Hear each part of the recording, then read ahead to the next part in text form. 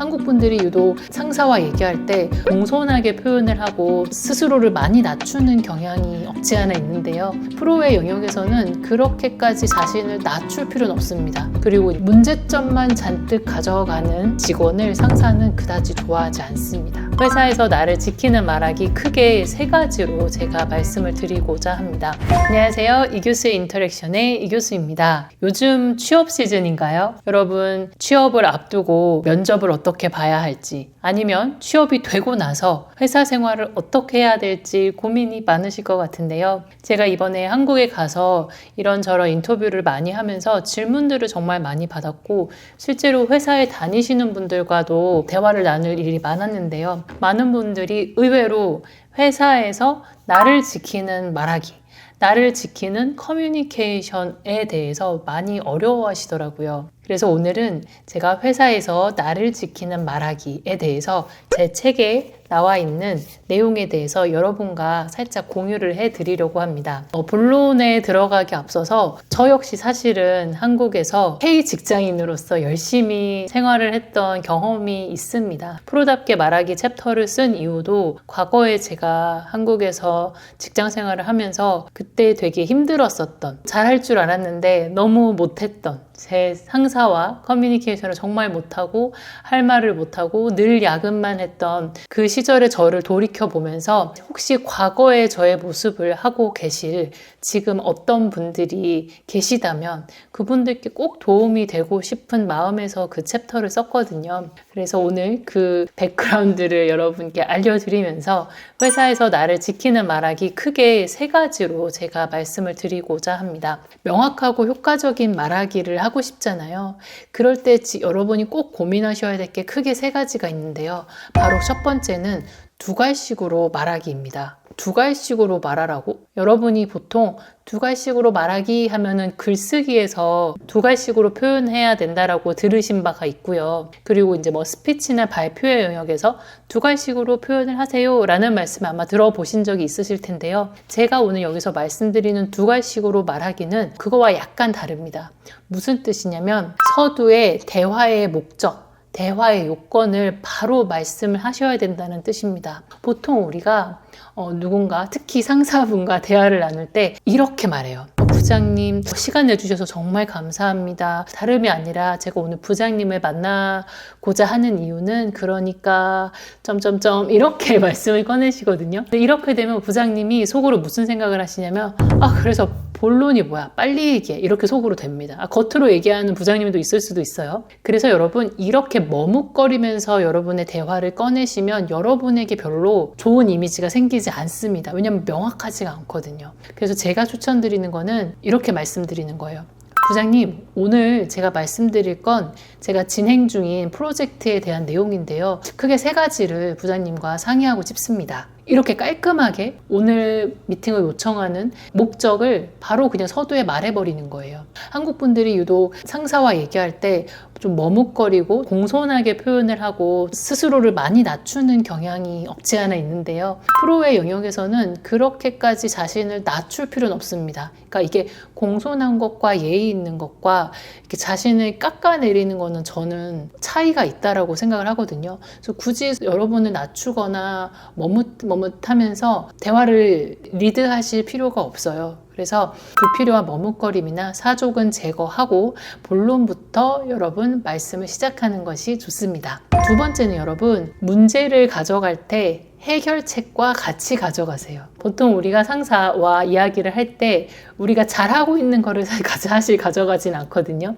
우리가 잘 못하고 있는 거, 뭔가 도움이 필요하거나 뭔가 조언을 구하고 싶은 것들을 우리가 보통 가져가요. 그런데 문제점만 잔뜩 가져가는 직원을 상사는 그다지 좋아하지 않습니다. 왜냐하면 상사에게는 팀들이 여러분 팀만 있는 게 아니거든요. 많은 팀들을 동시에 매니지해야 되는 분들이 아마 많을 거예요. 그렇게 되면 이것도 문제고요, 이것도 문제고요, 이것도 문제예요 라고 하면 그래서 나보고 어쩌라고 이런 말이 나올 수밖에 없습니다. 그래서 여러분께 제가 드리는 팁은 문제점을 가져갈 때 여러분이 생각하는 대안을 한 2-3개 정도로만 추려서 가져가 보시는 겁니다. 그래서 여러분 이렇게 말씀하세요. 이런 문제점이 보여서 제가 잠시 해결책을 고민해 봤는데요. 크게 3가지로 추려집니다. 첫째는 이렇게 하고 말을 하시는 거예요. 그 다음에 여러분 여기서 핵심이 뭐냐면요. 그래서 제가 생각하기에는 3번째 방안이 제일 좋습니다. 이렇게 말씀하지 마세요. 어떻게 하셔야 되냐면 2가지 혹은 3가지 대안 가운데 부장님이 마음에 드시는 걸 선택해 주세요. 라고 약간 공을 던지세요. 근데 이렇게 되면 여러분도 좋은 것이 일단 결정을 여러분이 하는 것이 아니기 때문에 리스크가 줄고요. 또 상사의 입장에서는 이 직원이 그래도 나를 존중해서 나의 경험을 더 생각을 해서 나에게 결정권을 역시 주는구나. 좀 고맙다. 이렇게 생각하게 되거든요. 그래서 자신의 결정권을 주고 의사를 반영하고자 하는 여러분을 좀 더 같이 도와주고 싶고 함께 가고 싶어 하는 마음이 생기게 될 겁니다.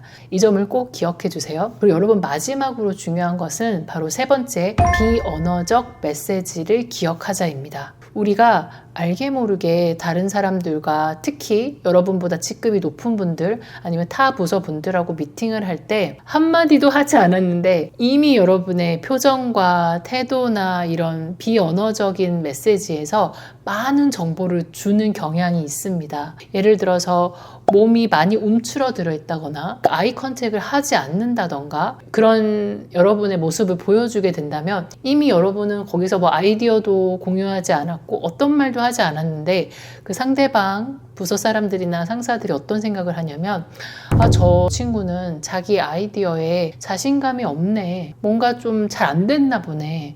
뭔가 좀 숨기고 싶은 게 있나 보네 라고 그냥 마음속으로 판단을 하게 됩니다. 그래서 이미 여러분이 비언어적 메시지에서 몸을 움츠러든다거나 아이 컨택을 안 한다거나 하는 식으로 저는 당신들이 좀 두렵습니다, 무섭습니다 라는 불필요한 메시지를 줄 필요가 없습니다. 근데 이렇게 되려면 여러분들이 어떻게 하셔야 되냐면 일단 여러분이 일을 열심히 성실히 프로젝트를 수행하셔서 여러분이 낸 결과에 어느 정도 자신감이 있으셔야 돼요. 여러분이 지금까지 한 결과물이 마음에 들고 그 마음에 든 결과물을 상대방에게 드러내고 싶은 마음, 그 상대방에게 도움이 되고 싶은 마음을 생각을 하셔서 그게 표현이 되셔야 합니다. 그러려면 여러분의 표정, 얼굴에서도 그게 나와야 되고요. 당연히 아이 컨택을 하면서 내 결과물에 여러분이 자신감, 확신이 차 있다라는 거를 전달을 해주셔야 되고요. 미소를 어느 정도 지어주셔서 여러분이 또 여유와 자신감이 있다는 그런 비언어적 메시지를 오히려 더 보여주셔야 됩니다. 그래서 스스로 너무 낮추지 마시고요.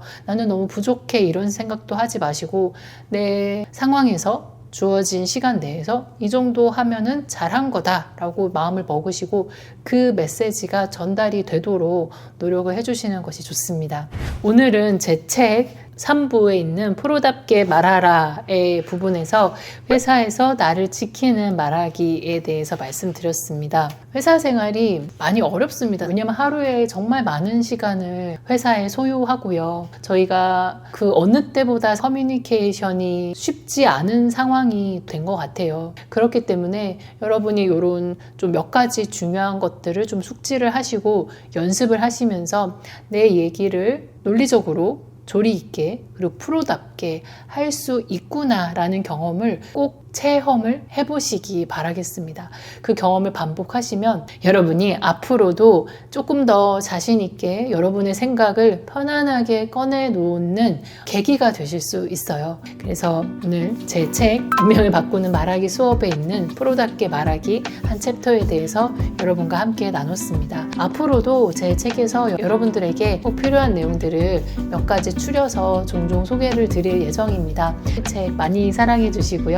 저는 다음 영상에서 더 좋은 내용으로 다시 찾아뵙겠습니다. 감사합니다.